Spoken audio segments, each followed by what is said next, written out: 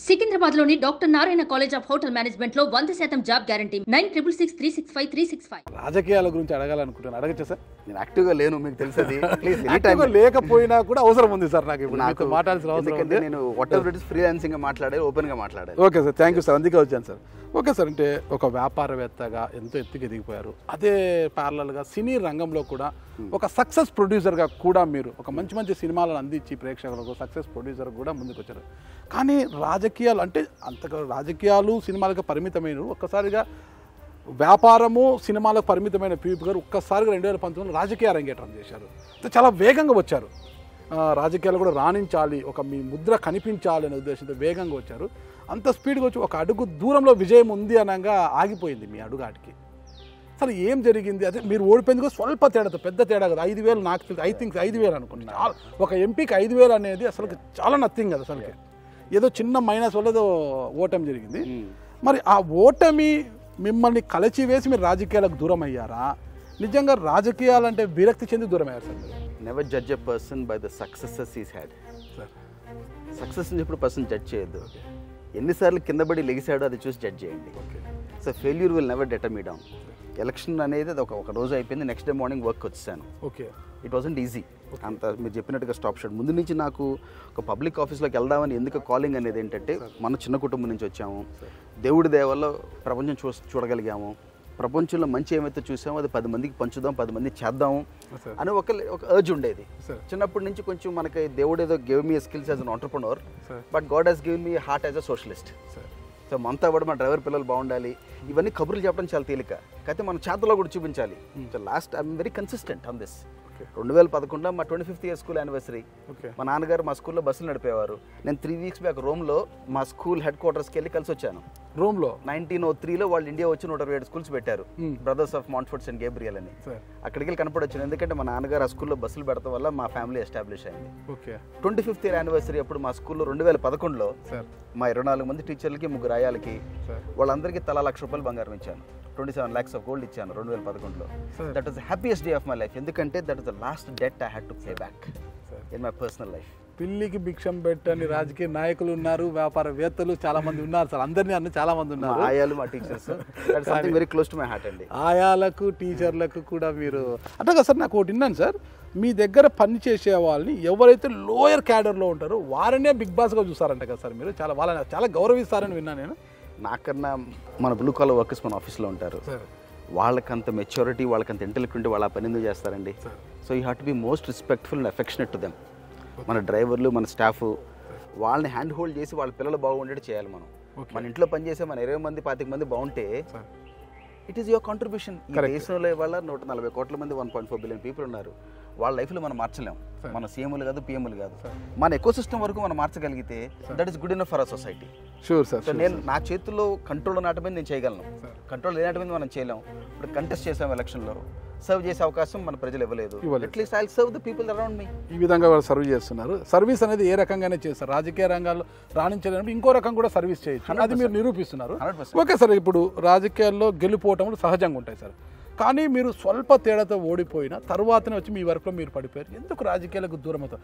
అయితే మీరు ఎప్పుడైనా ఏది కూడా మనసులో పెట్టుకోరు, బయటికి మాట్లాడతారు ఓపెన్గా, మంచి అయినా చెడైనా అంటుంటారు.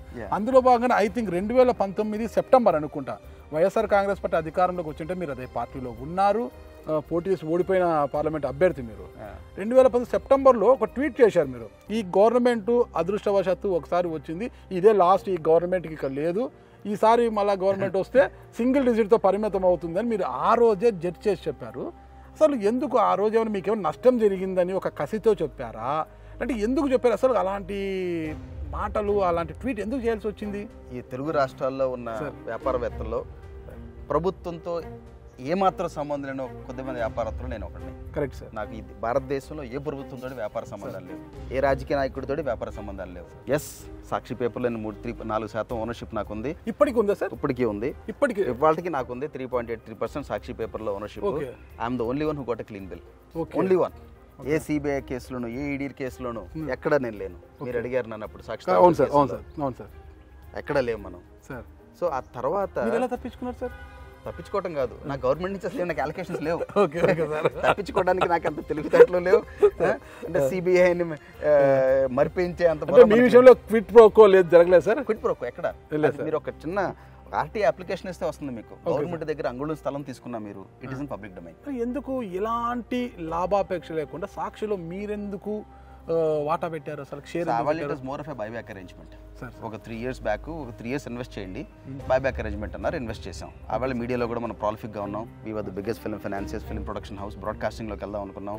This would be right platform అని ఇన్వెస్ట్ చేసాం. అది వర్కౌట్ అవ్వలేదు. ఎవరు అన్నారు సార్? ఎవరు ఇన్వెస్ట్ చేయమని అడిగారు మేము? ఆవేళ మన జగన్ వీళ్ళంతా అప్రోచ్ అయ్యారు నన్ను. I was a friend of mine for a long time. Approach అయినప్పుడు చేసాం. ఆవేళ అనుకున్నాయని లుకింగ్ బ్యాక్ లైఫ్లో ఎప్పుడు వెనక్కి దొరికినప్పుడు చూస్తే అంత మెచ్యూర్గా డెసిషన్స్ ఎలా తీసుకున్నాం అనిపిస్తుంది. లైఫ్లో చాలా ఉంటాయి అట్లా. ఇప్పుడు మనం 10 డెసిషన్ తీసుకున్నామంటే 10లో మోస్ట్ సక్సెస్ఫుల్ మ్యాన్కి 2 3 కరెక్ట్ అవుతాయి. 80% of the time you always make bad decisions. That is life. But ఆ బ్యాడ్ డెసిషన్స్లోంచి రికవరీ మనం కరెక్ట్గా మూవ్ అవ్వాలి అవ్వాలి లైఫ్లో. 99 మంది డెసిషన్లే తీసుకోరు. అందుకే యూ సీ ఓన్లీ 1% లీడర్స్. ఆ 1% లీడర్స్ కూడా 7 out of 10 times bad decisions తీసుకుంటారు. ఓకే సార్, మీరు గవర్నమెంట్ నుంచి ఎలాంటి లబ్ధి నేను పొందలేదు, గతంలో సాక్షి పేపర్లో నేను పెట్టుబడి పెట్టినప్పుడు కూడా నాకు ఇది క్విట్ ప్రోకో నాకు అసలు సంబంధమే లేదు, నాకు ఎలాంటిది లేదన్నారు.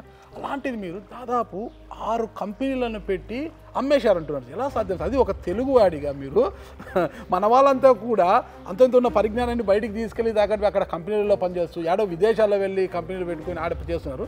మీరు 6 కంపెనీలను పెట్టి దాన్ని ఒక స్థాయికి తీసుకొచ్చి అమ్మేశారు సార్. మీరు ఎలా సాధ్యమైంది సార్? 96లో ప్రోకాన్ అనే కంపెనీ స్టార్ట్ చేశాను సార్. 98లో అమ్మాను సార్. ఏంటి సార్ ప్రోకాన్ అనే company? IT consulting company. Right. ఆ తర్వాత ఈ బిజినెస్ సొల్యూషన్స్ కంపెనీ, ఆల్బినోర్ అనే కంపెనీ అని చెప్పి దాన్ని ఎస్ఎస్ఐ అమ్మాను 2000లో. లార్జెస్ట్ క్రాస్ బోర్డర్ డీల్ అది. ఆ తర్వాత 3వది first KPO company in the world. 20లో ఇన్వెస్ట్మెంట్ బ్యాంక్ రీసెర్చ్ చేసేవాళ్ళం. అది క్రిసిల్ కమ్మాను.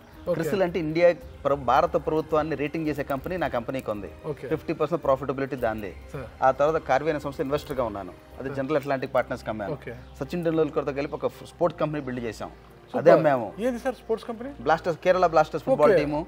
ఆ తర్వాత బ్యాడ్మింటన్ టీం ఉండేది. ఐపీఎల్ టీం బిడ్డింగ్ చేసాము.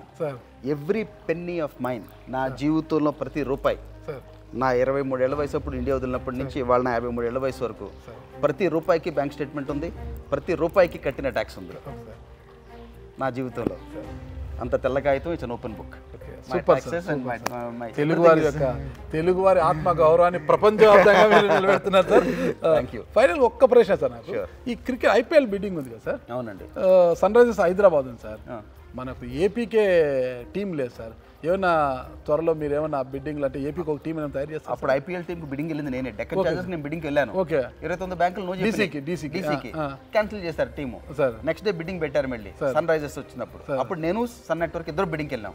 వాళ్ళు నాకన్నా బెటర్ నెంబర్ వేశారు. వాళ్ళకి టీం వచ్చింది. But definitely if IPL opens up definitely will do it. Okay sir. Suman టీవీలో మీ పర్సనల్ అండ్ బిజినెస్ ప్రమోషన్స్ కోసం కింది నెంబర్కి కాంటాక్ట్ చేయండి.